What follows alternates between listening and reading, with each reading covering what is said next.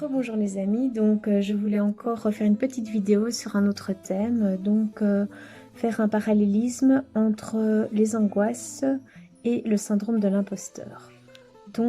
Voilà, le syndrome de l'imposteur, c'est quand on ne se sent pas à sa place, pas légitime où l'on est, et on se remet en cause, on n'ose pas avancer, on n'ose pas s'affirmer, etc. Et puis il y a aussi les angoisses comme tout le monde connaît. Donc par rapport à ça, je voulais partager avec vous une piste. Donc au fait, ce qui est intéressant dans les deux cas, c'est d'identifier le problème, donc de se rendre compte qu'on a des angoisses.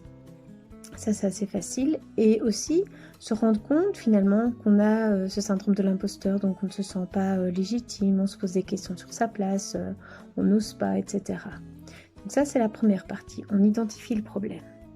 Ensuite, ce qui est important aussi, c'est d'identifier les pensées qui nous viennent. Donc dans les deux cas, on peut avoir des pensées mais qui sont erronées. Donc on ne se sent pas bien, on ne se sent pas à sa place, pas légitime, on n'ose pas. Voilà, donc ça c'est aussi quelque chose qui se retrouve dans les deux cas.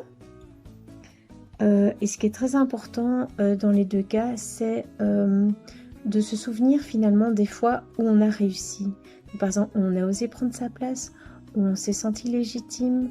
Et pour les angoisses, c'est les fois où on ne les a pas eues, où on a pu faire quelque chose qui d'habitude nous fait peur. Donc vraiment reconnaître nos succès, être fier de nous, s'apporter du positif. Et encore une autre chose, c'est l'importance dans les deux cas de méditer, de prendre du temps.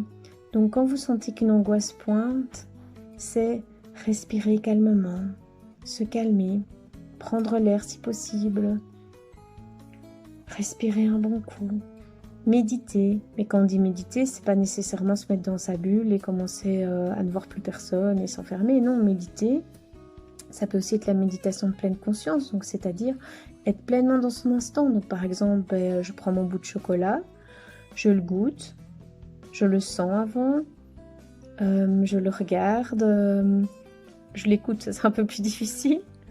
C'est vraiment profiter pleinement de cet instant, de ce qui nous arrive, donc vraiment voir tout ce qu'on ressent dans le moment présent et être pleinement dans cet instant où on mange ce morceau de chocolat.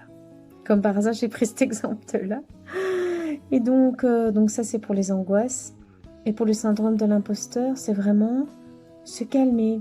Calmer ces pensées qui nous disent qu'on ne vaut rien. Calmer ce sentiment de ne pas être à sa place.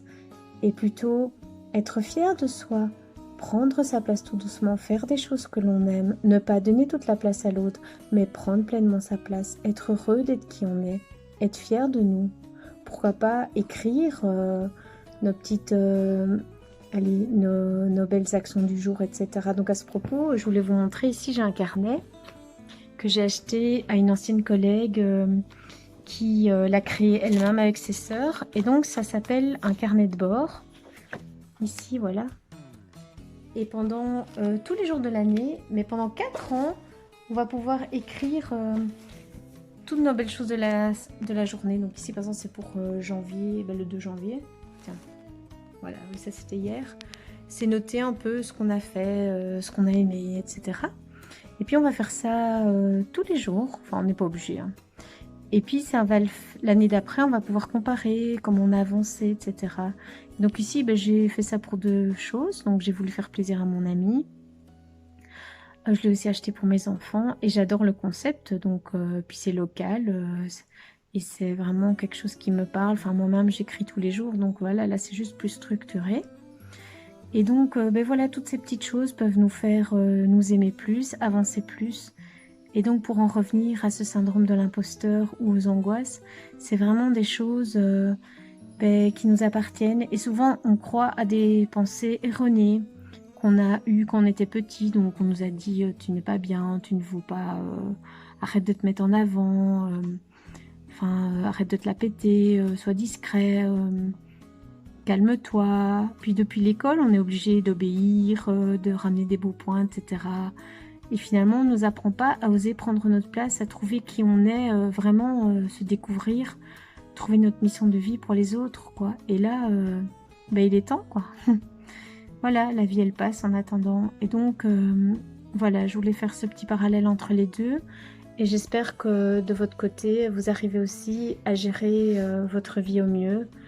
Et n'hésitez pas à m'envoyer un message si vous avez des questions ou si vous avez envie que j'aborde encore certains points dans d'autres vidéos. Donc voilà, je vous dis à tout bientôt, je vous aime. Ciao!